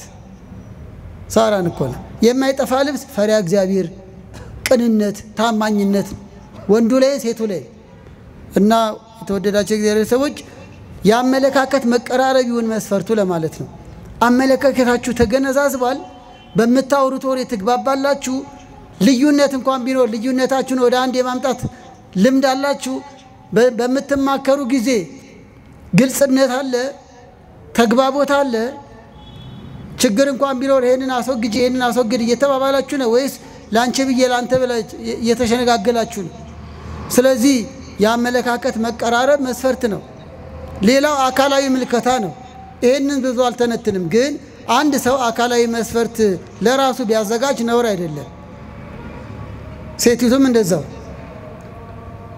ሰው በየአይነት ምግብ እንኳን ቢቀርብለት በጣም የወደደው ነው ቀድሞ የሚጎርሰው ይባላል ስለዚህ ለምን ጎረስክ አይባልም ሽሮም ይወዳል ቀይ ስር ይወዳል ድንች ይወዳል አሁንም ቀይ የሚወዳል ወፍራም ይወዳል ቀጭን ይወዳል ሐሳበ ዝሙት አይሁን እንጂ አጠር ያለ ረዘም ያለ ጠይም ምን ቢባባሉ ነውር አይደለም ስለዚህ አካላዊ ምልከታም መብት ነው ለማለት ነው ግዴታ ግን አይደለም እንዲህ ሆናለች ቢል እንዲህ ሆኗል በምልከታ ብቻ አይቀርም ውስጣዊ ነው ዋናው ይያለው ቅድም ሌላው የሚፈልጉት አይነት መስፈርት አንዳንዶቹ ሃይማኖቱ ምግባሩ ጠባዩ ደስ ይለኛል ግን የምፈልገው አይነት አይደለም ምትል ሚስታለች ወይም እጮኛለች በቃ የራሷ መስፈርት ነው አንዳንዴ መግለጥ አትችልም እንዲህ የተባለ ግን ትዳር አይጀመርም ሁሉ ነገሯን ወድጃለሁ ግን የምፈልጋት አይነት አይደለችም ሚለው እንዳለ ይቅርብ ያ የምትፈልገው አይነት ማለት ህሊናን ፈትሸው ለማለት ነው ተስማማችሁ ወይ እንደው በሁሉ ነገር ደስተኛ ናቸው እንላለን ለብቻ ሲያወሩ ግን እንደው ግን ቅርቅር ይለኛል ለምን እንጃ ብዙ የሆነ ነገሩ የምፈልገው አይነት አይደለም ትላለች ወይ የሚፈልገው አይነት ሚለውን ታዩ ወይም እሱን ታዩ ግን የገባችሁ ነው የምፈልገው አይነት የምትሉትን ለራሳችሁ ዲፋይን አድርጉት መጀመሪያ ነገር አጥያት ከሆነ ተውት ውስጣዊ ስሜታችሁ ከሆነና እውነተኛ ውስጣዊ ፍላጎት ከሆነ ግን መብታችሁ ነው እሺ የሚከለከሉ ነገሮችን ተናግሬ ወደ ማብቂያ እንሄዳለን በእጮኝነት ጊዜ የሚከለከሉ ነገሮች እሺ አብረንና አይደል እግዚአብሔር ከሁላችን ጋር ይሁን አሁን እሺ መስፈርቱን አዩ ተዋደዱ እንግዲህ በቆይታችን የተጠናናን እንቆያለን አሉ በቆይታቸው ምን ይከለከላል አንደኛው መዳራት ክልክል ነው መዳራት ዝሙት ነው የዝሙት ዋዜማ ብቻ አይደለም መዳራት ዝሙት ነው እንኳን መዳራት ወንጌል ወደ ሴት አይቶ የተመኘ አመነዘረን ያለው እንኳን በንክኪ መዳራት አንዳንዶቹ ነገ እንጋባለን እንደው ብንላፋ ምን ችግር አለ እንደው ብንሳሳ ምን ችግር አለ ችግርማ አለው እንዲህ ይላል ኤርሚያስ 17 ቁጥር 27 ላይ የተዳሩትንም እግዚአብሔር አዘነባቸው ከኃጢአት ስራዎች አንዱ መዳራት ሮሜ 13 ቁጥር 13 ሁለተኛ ቆሮንቶስ 12 ቁጥር 21 መዳራት ማመንዘር ይሄንን የሚያደርጉ የእግዚአብሔርን መንግስት አይወርሱም ይላል አንዳንዶች እንዴት ይሆናል እንዴት ይቻላል ይላሉ ይቻላል ይሆናል ጠንከር አድርገን ስንናገር ሁላችን ብቁ ሆነን አይደለም ግን ብቁ ዜጋ ለማፍራት ነው ነፍስ ለማዳን ነው የእግዚአብሔርን መንግስት አይወርሱም ሁለተኛ ቆሮንቶስ ምዕራፍ 12 ቁጥር 21 ለፍቅረኛ ብለሽ ለመዳራት ብለሽ የእግዚአብሔር መንግስት ይቅርብሽ። ለመዳራት ብለሽ የእግዚአብሔር መንግስት ይቅርብ። ይህ ሁሉ ጾም ጸሎት ድካም ይቅር። መቼም መምሸቱ አይቀርም፣ መሽቷል። መንጋቱ ይቀራል እንዴ? ዛሬ አይ መንጋት የለበትም ብለን ሰልፍ ብንወጣ መንጋቱ ይቀራል? እሺ ሞት ይቀራል። ስለዚህ ሞት አይቀርም፣ ጽድቅና ኩነኔም አለ። ስለዚህ ከኩነኔ አንዱ መዳራት ነው። እንዲህ የሚያደርጉ ዕድላቸው ሁለተኛ ሞት ነው ይላል ራእይ ምዕራፍ 21 ቁጥር 7። ልጆቻችን መዳራት ይቅር ታቀቡ ምንለው ለዚህ ነው። ታገሱት ከጋብቻ። እንዲህ የሚያደርጉ የእግዚአብሔር መንግስት አይወርሱም፣ ዕድላቸው ሁለተኛ ሞት ነው አለ እኮ ራእይ ምዕራፍ 21 ቁጥር 7። ሁለተኛ ሞትም ወደ ዘላለም የእሳት ባህር መጣል ነው። ታዲያ ይሄ አይቀርም። እግዚአብሔር የማያደርገውን አይናገርም፣ የተናገረውን አያስቀርም። ወኩሉ ዘይፈድዮ ከመጋሩ ሰው እንደየሥራው ይከፈለዋል። የተዳራ ያመነዘረ የነፍስ ሞት ያገኘዋል። ለዚህ ነው ልጆቻችን አስረግጠ የምንናገረው። አትኮነኑብን፣ አንኮነን፣ እንጽደቅ። ከመጠናናት እስከ ትዳር ዓላማው ለጽድቅ ነው። በጋብቻ በፍቅረኝነት ምክንያት የእግዚአብሔር ጸጋ እንዳይቀርብን። ከዚህ አንጻር መዳራት ዝሙት ክልክል ነው።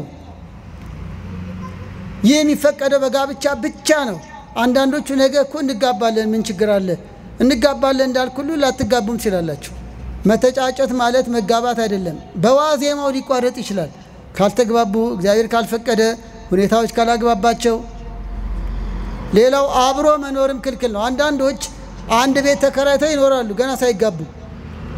ቅድመ ጋብቻ እንደ ባለ ትዳር እንቅስቃሴ ማድረግ ክልክል ነው። ባሌ ሚስት የሚባለው በአደባባይ ከተጋቡ በኋላ ነው። ለእያንዳንዱ ባል ይኑራት ነው ያለው፣ ፍቅረኛ ይኑራት አላለም። ወደ ሩካቤ ለመሄድም ልጅ ለመተካትም ባልና ሚስት ከተባሉ በኋላ ነው። አንደኛ ቆሮንቶስ ምዕራፍ 7። ስለዚህ ወገኖች አብሮ መኖርም ክልክል ነው። ለመዳራት፣ ለዝሙት፣ ለእርግዝና ቁርባኑም ተክሊሉም እንዲቀር ለመሰናክል ምክንያት ይሆናል። በየቤታቸው መኖር ታይታ ማብዛትም ክልክል ነው። ውዳሴ ከንቱ ይጠልፋቸዋል፣ ለሐሜት ምክንያት ይሆናሉ። ይህን የመሳሰለው ክልክል እንደሆነ ለማስረዳት ነው። ሌላው አምስተኛው ፈቃደ እግዚአብሔርን ለማወቅ። ይህን ተናግሬ ያበቃለሁ። ፈቃደ እግዚአብሔርን አሁን የተጫጩ ልጆች የሚከለከለውንም ተጠብቀው ሲኖሩ ታዲያ የእግዚአብሔርን ፈቃድ በምን ያረጋግጣሉ? ታዲያ እሱ ባሌ እንደሚሆን ሚስቴ እንደምትሆን በምን አውቃለሁ ቢሉ አንደኛው በሕጉ ሚዛንነት ነው። እየጸለዩ ንስሐ እየገቡ በእግዚአብሔር መንገድ እየኖሩ ሲጠናኑ የእግዚአብሔር ሕግ ወይም የእግዚአብሔር ሚዛን የፈቃዱ መገለጫው ናቸዋል። እግዚአብሔር ጋብቻን ፈቅዷል። እሱ እኮ ፈቅዶ ጨርሷል። እኛ እንዴት እንወቅ ለማለት ነው። አሁን ምንለየው በሕጉ ሚዛንነት ነው። የተዋደዱት ለጋብቻ ከሆነ ዘር ለመተካት ከዝሙት ጠንቅ ለመዳን በስጋው ደሙ ተወስነው እግዚአብሔርን ደስተኛ ያሰኙ ለመኖር ከሆነ ይሄ እግዚአብሔር የፈቀደው ነው። በእግዚአብሔር ቃል ሚዛንነት ፈቅዷል አልፈቀደም ይባላል ማለት ነው። ለምሳሌ ፍቅረኛሞች ሆነው እየተዳሩ በየጫካው በየፔኒሶኑ እያመነዘሩ ከሆነ እግዚአብሔር ፈቅዷል ወይ ቢሉ ይሄ መዘባበት ነው። ማመንዘርን እግዚአብሔር አይፈቅድም፣ ክብር ይግባው። ስለዚህ ለልፊያ ለመዳራት ለፈቃደ ስጋ ከሆነ ምንም መጠየቅ አያስፈልግም፣ እግዚአብሔር አልፈቀደም። ታቅበው ክብራቸውን ጠብቀው ለቅዱስ ጋብቻ ከሆነ ግን እግዚአብሔር ፈቅዷል። የፈቃዱን ምስጢር አስታውቆኛል ይላል በሕጉ ኤፌሶን ምዕራፍ 1 ቁጥር 6። የእግዚአብሔር ፈቃድ ይታወቃል በቃሉ ውስጥ፣ በእግዚአብሔር ቃል ውስጥ ነው። ይሄንን ይወዳል፣ ይሄንን አይወድም፣ ይሄንን አድርጉ ብሏል፣ ይሄን አታድርጉ ብሏል የሚባለው። ስለዚህ ሚዛኑ የራሱ የቅዱስ ቃሉ ምስጢር ነው። የፈቃዱን ምስጢር አስታውቆኛል ይላል በቃሉ ውስጥ እግዚአብሔር ያሳውቃል። ኤፌሶን ምዕራፍ 1 ቁጥር 6። ሕጉ በሕገ እግዚአብሔር መሰረት ተከባብረው ተዋደው ለመኖር ከሆነ እግዚአብሔር ፈቅዷል። ሕግ ለእግሬ መብራት ለመንገዴ ብርሃን ነው፣ መዝሙር 118 ቁጥር 105 ላይ። ስለዚህ ዓላማቸው ለቅዱስ ጋብቻ ከሆነ እግዚአብሔር ፈቅዷል። ዓላማቸው ንብረት ላይ ቁመና ላይ መኝታ ላይ መጫወት ላይ ብቻ ከሆነ እግዚአብሔር አልፈቀደም። እግዚአብሔር በማይወደው መንገድ እየኖሩ ከሆነ አልፈቀደም። ንስሐ እየገቡ ምክር ካህን እያማከሩ እየቆረቡ እያገለገሉ ተጠባብቀው ከሆነ ቃላቸውን ጠብቀው ተማምነው ቃሉን ጠብቆ እያመነችው እያመናት እግዚአብሔርን ፈርተው ከሆነ እግዚአብሔር ቀድሞን ፈቅዷል። መጋባት ይሻላል ብሎ ፈቅዷል። አንደኛ ቆሮንቶስ ምዕራፍ 7 ቁጥር 3። ሌላው የእግዚአብሔር ፈቃድ ይታወቃል። ሁለተኛው በልቦና እረፍት ነው። የልቦና እፎይታ እግዚአብሔር በልባችን ውስጥ መልስ ይሰጣል። ሁለቱ የተጫጩት እሱን ካገኘች ጀምሮ ልቧ ካረፈ ባሌ ሊሆን ይችላል እፎይታ ከተሰማት እግዚአብሔር ፈቅዷል። ግን ስጋት፣ ጥርጣሬ፣ አለማመን፣ አለመውደድ ካለ ግን ገና ነው ማለት ነው። በወንዶችም እንደዛው የልቦና እረፍት የእግዚአብሔር ፈቃድ መገለጫ ነው። በእግዚአብሔር ደስ ይበል የልብን መሻት ይሰጣል ይላል መዝሙር 37 ቁጥር 4። አስተውሉ። የልብን መሻት ምን ይላል? ይሰጣል። የልብን መሻት ስታገኝ የልቦና ደስታ ታገኛለህ፣ እፎይታ። በአዳም ላስታውሳችሁ፣ አዳም ሔዋንን ሲያገኝ ከየት መጣችብኝ ደሞ ማነች ብሎ ሲጨነቅ ሲፈራ እናይም። ወደዳት፣ እንዲያውም ሴት አላት፣ ኋላ ደግሞ ሔዋን አላት። ጭራሹ እየተረዳችሁ ነው። ስለዚህ የልቡን ያገኘው እፎይ አለ። እችማ የኔ አትመስለኝም፣ ቆይ ሌላ አልፈልግ ብሎ አልሄደም። አይ የኔ አትመስለኝም፣ ቆይ እስቲ ሌላ አልፈልግ ብሎ አልሄደም አዳም። እየሰማችሁ ነው አይደል? ልቡ አረፈ። ያንተ የሆነችውን ስታገኝ ልብ ያርፋል፣ መቅበዝበዝ ይቀራል፣ ሌላ ፍለጋ ይቀራል። ቅል ለጠቡን አያጣም ይላሉ የድሮ አባቶች። መክደኛውን ሲያገኝ አንዳንድ ቃል ልክክ ይላል። ያንቺ የሆነውን በአመለካከት በፈሪያ እግዚአብሔር በመስፈርተሽ ሁሉ ሲሆን ልብሽ ያርፋል። ያለበለዛ ግን ድንጋጤ፣ ፍርሃት በቃ የኔ አይደለም ስሜት። ለምሳሌ አንድ ጫማ ሊገዛ የፈለገ ሰው ገበያ ገባ። የሚፈልገውን ጫማ አገኘ። በቃ ከዚህ በኋላ ወደ ቤቱ ነው አይደል? በቁጥሩ መሰረት እግሩ ላይ ሞከረ፣ ቤቱ ገባ። ፍጹም ምሳሌ ነውላችሁ አይደለ? የሚፈልገውን ያገኘ ወደ መጫማት ነው የሚሄደው። ሌላ ጫማ ፍለጋ አይሄድም። በቃ ያንተ የሆነችውን ካገኘ እሷን አግብቼ በኖርክ የሚለው ልብ ፎይ ይላል። ሌላ ምሳሌ ስለ እረፍት፣ መኪና ውስጥ የምታንቀላፉት እንቅልፍና ቤታችሁ የምታንቀላፉት እንቅልፍ አንድ ነው? የትኛው ነው ጣዕም ያለው? እፎይ የምትሉት አውቶቡስ ውስጥ ነው እንዴ? አሁን አውቶቡስ ውስጥ የተኛ ሰው እፎይ ለተኛው ያስባላል። ገና ካሁን ደረስኩ አልደረስኩ ምን ሆነ አልሆነ እፎይታ የለውም አይደል? ተረዳችሁኝ? የራሴ የሆነችውን ካላገኘ እፎይታ የለህም። ገና የት ወርጄ ነው ሌላ የምፈልገው ትላለህ። ልክ ቤት ስትገባ ግን ጎኔን አሳረፍኩ እፎይ። የራሴ የሆነችውን ሳገኝ እንደ አዳም እፎይ ትላለህ። በቃ እሷ ነች እኔን የምታስተካክለኝ ከኔ ጋር የምትሄድ ሚስቴ የምትሆን የሚል ስሜት ይሰማል። አንቺም እንደዛው የልቦና እረፍት። ርብቃ ስለ ይስሐቅ ሲነገራት ልቧ ደስ አለው። ዘፍጥረት 24 ላይ መቼም ደጋግሜ ነው ማነሳት። እሷ በቃ ደስ አለው። ትሄጃለሽ ወይ ስትባል እሺ ብላ ቁጭ። ትሄጃለሽ ወደ ይስሐቅ? አዎ። በቃ ልቧ ደስ አለው። ባሌ ነው በቃ ልብ ደስ ይለዋል፣ ልብሽ ደስ ይለዋል። አንዳንዶቹ ምክክር ላይ ምን ይገጥማል? ሽማግሌ ተልኳል ልንጋባ ነው ግን በሱ ደስተኛ አይደሉም ይላሉ። ወይ አዘግዩት ወይ ነገሩን ድጋሚ ይዩት። እንደዚህ ያሉ ልጆች ካላችሁ ዋዜማ ላይ ሆነው ነገ በመታገባ ባሏ አልተማመንም ትላለች። አይናፍቀኝም፣ ምንም ደስ አይለኝም። እንዴ ደስ ሳይሉት የበሉትም ጤና አይሆንም እንኳን ያገቡት። ከሚስት ጋር ደስ ይበልን የሚለው መክብብ ምዕራፍ 9 ቁጥር 9 ላይ ከምትወዳት ሚስት ጋር ያለው እንደውም ይወላችሁ። ስለዚህ ቅድም ብያለሁ ፍቅረኛሞች መዋደዳቸውን መፈላለጋቸውን ባሌ ነው ሊሆን የሚችል ነው ሚስቴ ልትሆን የምትችል ነች ብሎ ሲስማማ ነው ልባቸው ሲቀበል ነው ወደ ቀጣይ ህይወት መግባት ያለባቸው ነው። ምክንያቱም ጋብቻ ለደስታ ነው። ደስታ የሚጀምረው ደግሞ ቅድመ ጋብቻ ነው። ምሳሌ ምዕራፍ 5 ላይ ከሚስት ጋር ደስ ይበልን። አሁን እኮ ትዳር ላይ ያጣ ነው ሰላም የሌለው ትዳር ብዛቱ፣ ደስታ የሌለው ትዳር ብዛቱ። ባለፈው የጠቀስኩትን ልድገምላችሁ። የሚያንጠባጥብ ቤትና ጨቅጫቃ ሴት ያለችበት አንድ ነው ይላል ምሳሌ 27 ላይ። አቤት ይሄ ሲጠቀስ ወንዶች ይስቃሉ። አረ ባለሚያው ነው። እንደው ጠቢቡ በሴት አንቀጽ ነገረን እንጂ ይኸውላችሁ የሚያንጠባጥብ ቤት አያደርስባችሁ። ድሮ ሁላችን መቼም ያው ወደ አደግ ይወልን እናውቀዋለን። የሚያንጠባጥብ ቤት ካለ እንቅልፍ የለም እኮ። እዚህ ጋር ሳፋ ይደቀናል፣ ደግሞ እዛ ጋር ያፈሳል፣ እዛ ጋር ደግሞ የሆነ ሳህን ብርጭቆ ሳይቀር ሊደቀን ይችላል። የሚያንጠባጥብ ቤት ውስጥ እንቅልፍ የለም። ጨቅጫቃ ሚስትም እንደዛው ነች፣ ባልም እንደዛው ነው። ምሳሌ 27 ነው ያደለው። ታዲያ ገና ቅድመ ጋብቻ ጭቅጭቅ፣ አለመግባባት፣ ንትርክ፣ አለመተማመን ይሄ ተይዞ እንዴት ይገባል? ወይ አቁሙት ወይ አስተካክሉት። የሚያንጠባጥብ ቤቱ ለመኖር ከፈለክ እሺ፣ አንቺም እንደዛው። በጠበኛ ሴት ደስታ የለም ይላል እንዲሁ ምሳሌ 27 ላይ። በጠበኛ ባልም በሰነፍ ባልም ደስታ የለም ይላል። ይኸው ነው። ነዝናዛ ጨቅጫቃ በማያምን ባልም ደስታ የለም። ትዳር ደግሞ ለደስታ ነው። ስለዚህ ጋብቻ ላይ እንመጣለን። ግን ገና ቅድመ ጋብቻ በሱ ደስተኛ ነሽ ወይ?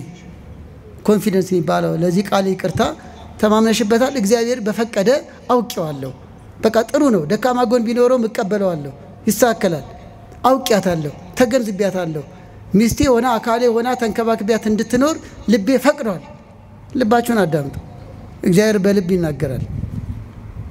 ሌላው እውነተኛ መዋደድ ነው። እውነተኛ መዋደድ ምንድን ነው? ውስጥን፣ ጠባይን፣ ምግባርን መሰረት ያደረገ ነው። ውበት ብቻ መውደድ እውነተኛ መዋደድ አይደለም። ምሳሌ 31 ቁጥር 30 ላይ ውበት ሐሰት ነው፣ ቅድም ጠቅሰነዋል። ውበቷን ብቻ ከሆነ ነገ ውበት ይረግፋል፣ ቁመና ይቀየራል። ስትወልድ ኑሮ ሲያንገላታት ቁመና ይከዳል። እህቶችም እንደዛው። እንደ ሊባኖስ ዝግባ ለምልሞ ስላየሽው አይደለም፣ ነገ ይከዳል፣ ሰውነት ይከዳል። እሱነቱን ወደጁ፣ እሷነቷን። ስለዚህ ውበት የሚባለው ክርስትና ነው። ውበት ፈሪሃ እግዚአብሔር ነው። ውበት ጠባይ ነው፣ ደግነት፣ ለወንዶችም ለሴቶችም ታማኝነት፣ ጠባይ፣ ከስጋዊ ነገር የራቀ ማለት ነው እውነተኛ መዋደድ። ቁመና ላይ፣ እውቅና ላይ። አንዳንዶቹ ታዋቂ ወንድ ፈልገው ያገባሉ። ከሱ በላይ ታዋቂ ሲገኝ ደግሞ ያ የድሮ ታዋቂ ያልፍበታል። ታዋቂ ሰባኪ ብለው ያገባሉ፣ ታዋቂ ዘማሪ ብለው ያገባሉ። አሁን ግን እንጃላቸው፣ እግዚአብሔር ይሆናቸው። እንደዚህ ያለ አይነት ነው። አንዳንዴ ነጭ ነጩ የሚባለው ነገር ጥሩ ነው። ግልጹን ወቁ። አዋቂነቱን ብስለቱን አይተሽ እንጂ አውደ ምሕረት ላይ አዋቂ ነው፣ ሲቀድስ ጎበዝ ነው። ቤቲ ስትገቢ ደግሞ ሰነፍ ልቲ ነው። አቤት ከሊዝ ዘምር ከበሮ ስትመታ ጎበዝ ነች ይልና ያገባታል። ቤቱ ለአናት አናቱ እንደ ከበሮ ትመታዋለች። ከበሮ መምታት መስፈርት አይሆንም፣ እሱ ለአገልግሎት ነው። አንዳንዱ እኮ ሞኝ ነው፣ ይቅር በሉኝና ወይስ እኮ ጎበዝ ቀዳሽ ነው። ይሁና፣ ቀዳሽነት ለቤተ ክርስቲያኑ ነው። ቤት ገብቶ እንዳንገበግብሽ። አንዳንዶች ለቤተ ክርስቲያን በጎ ሆነን ለቤት ቀጋ ይሆንናለን። ተጠንቀቁ። ለእግዚአብሔርም ለሰው ማንመች እንዳለን ሆኖ ደግሞ እንዲሁ ላያችን በጎ የሚመስል ውስጣችን ግን እሾህና ኩርንችት። ስለዚህ ነው ወገኖቼ እውነተኛ መዋደድ እውቅና ላይ አይደለም።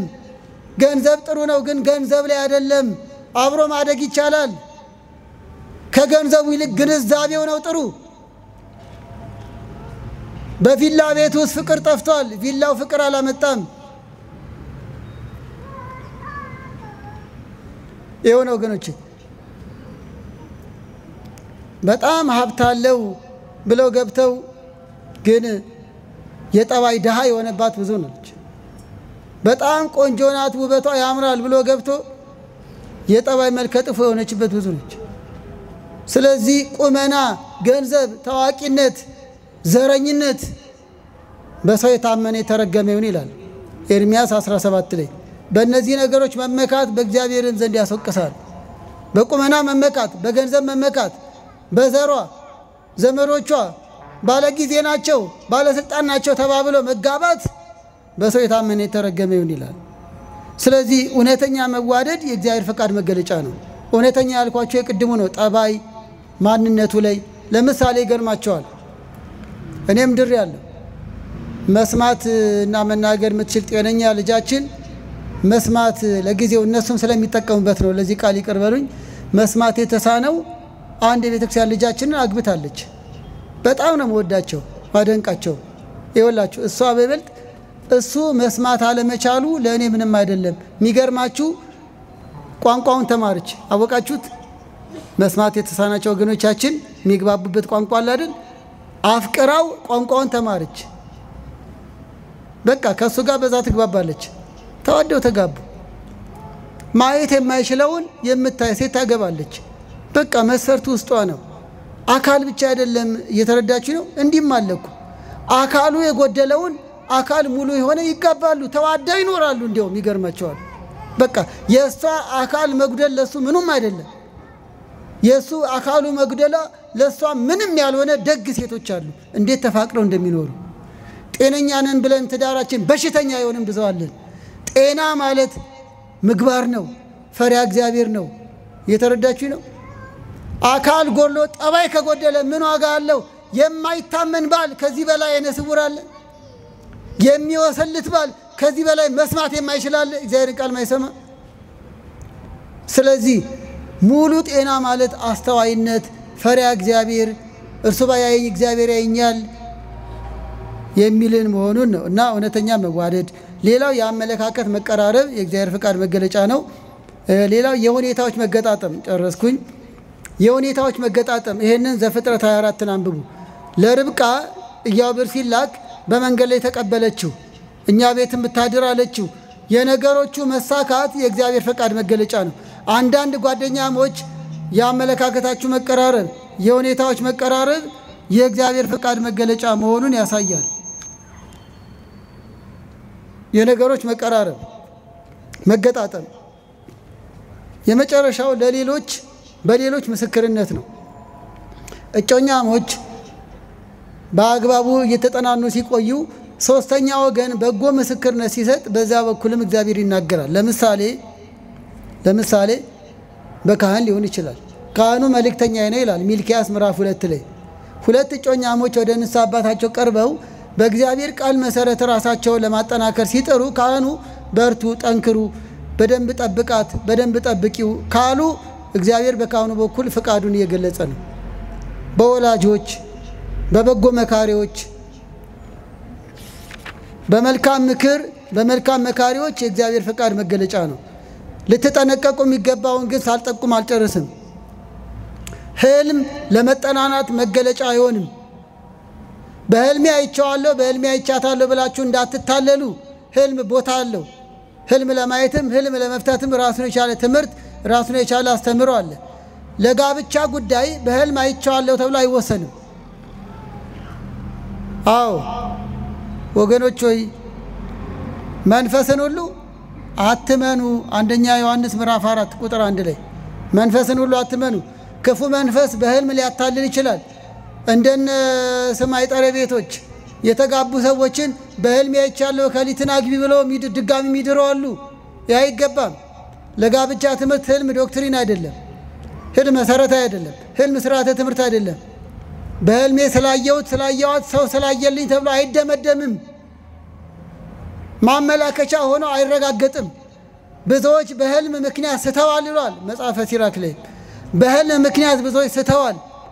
ህልም ያየ ሁሉ ቅዱስ ነው ማለት አይደለም። በህልም ስላያ ተረጋገጠ ማለት አይደለም። ሌላው እጣ ነው። አንዳንዶች ይበዛባቸውና ይሁን ግራ ይጋቡና በእጣ ላይ ይላሉ።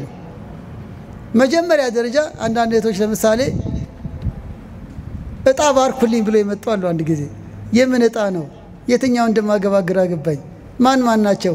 ወልደ ቂርቆስ፣ ወልደ ማርያም፣ ወልደ ዮሐንስ 3 ናቸው። እንዴ ሰው አንዱ አታል አንቺ 3 እና መጀመሪያ ደረጃ ሶስቱም ላይ መስፈርትሽ አንድ ነው ወይ? እና አይ አንዱ ገንዘብ አለው፣ አንዱ ቁመናው ደስ ይላል፣ አንዱ እንዲህ ነው። እጣውንም አልባረክንም፣ ባውን እሷን ባርከን ሸኘን። እጣማን ባረክም የሚባረክ ወጣ ቦታ አለው። ወንዶቹም መተው እንደው እከሊትን በእንዲህ ወደድኳት፣ እከሊትን በእንዲህ ወደድኳት በእጣ ለለያቸው ነው ይላል። ይሄ እግር ኳስ ነው እንዴ? ህይወት እኮ ነው። መጀመሪያ እንዴት በዙ? መጀመሪያ እጣ ደረጃ ምን አደረሰው? ይሄ የውሸት ፍቅር አርቲፊሻል የሆነ ስሜታዊ የሆነ ፍቃደ ስጋ ተኮር የሆነ ገና መስፈርቱ ላይም ብዙ ጣጣ ያለው ነው። በእጣ አይለይም። ፍቃደ እግዚአብሔር ቅድም ገልጸናል። እጣ ይለየው አይባልም። ሌላ በሌሎች ተጽዕኖ ባታይም ሆነ ካህን መሳይም ሆነ እከሌን ካላገባሹ ብሎ መወሰን አይችልም። እኛ መወሰን አንችልም። አይደለምስ የትዳር ጉዳይ ለመጽደቅም ቢሆን ልትድን ተወዳለህን ያለ ወንጌል ልትቆርብ ተወዳለህ ንስሐ ልትገባ ተወዳለህ ነው እንጂ ነገ ቁረቢ ብለን አንወስንም እኮ ውሳኔ ባለቤቱ ነው።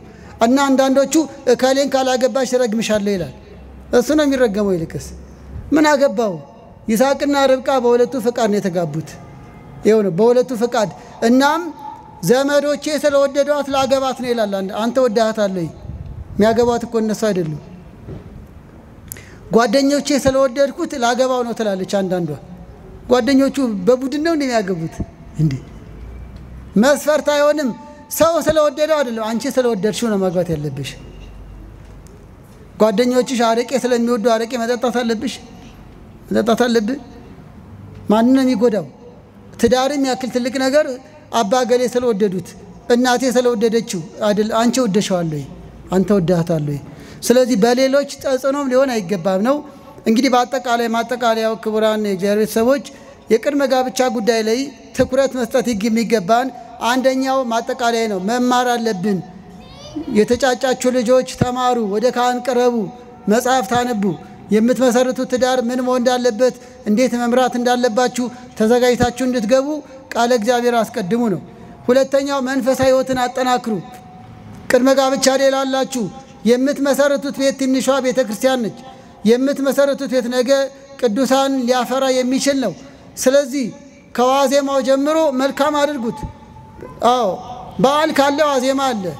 ስለዚህ የመንፈሳዊ በዓላት ዋዜማ ይቆማል። በንጋታው ታቦት ይወጣል አይደል? ስለዚህ ከዋዜማችሁ ጀምሮ መንፈሳዊ አድርጉት። ንስሐ ግቡ።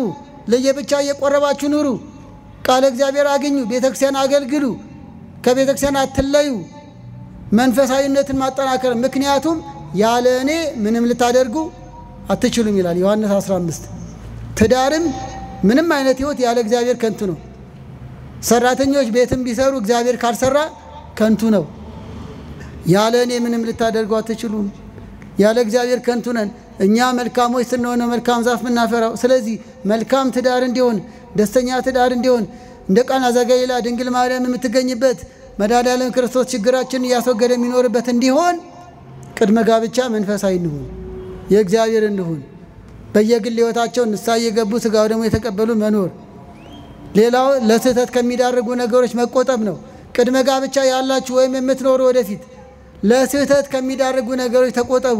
ለንክኪ ለመዳራት የሚዳርጉ ነገሮችን ሽሹ።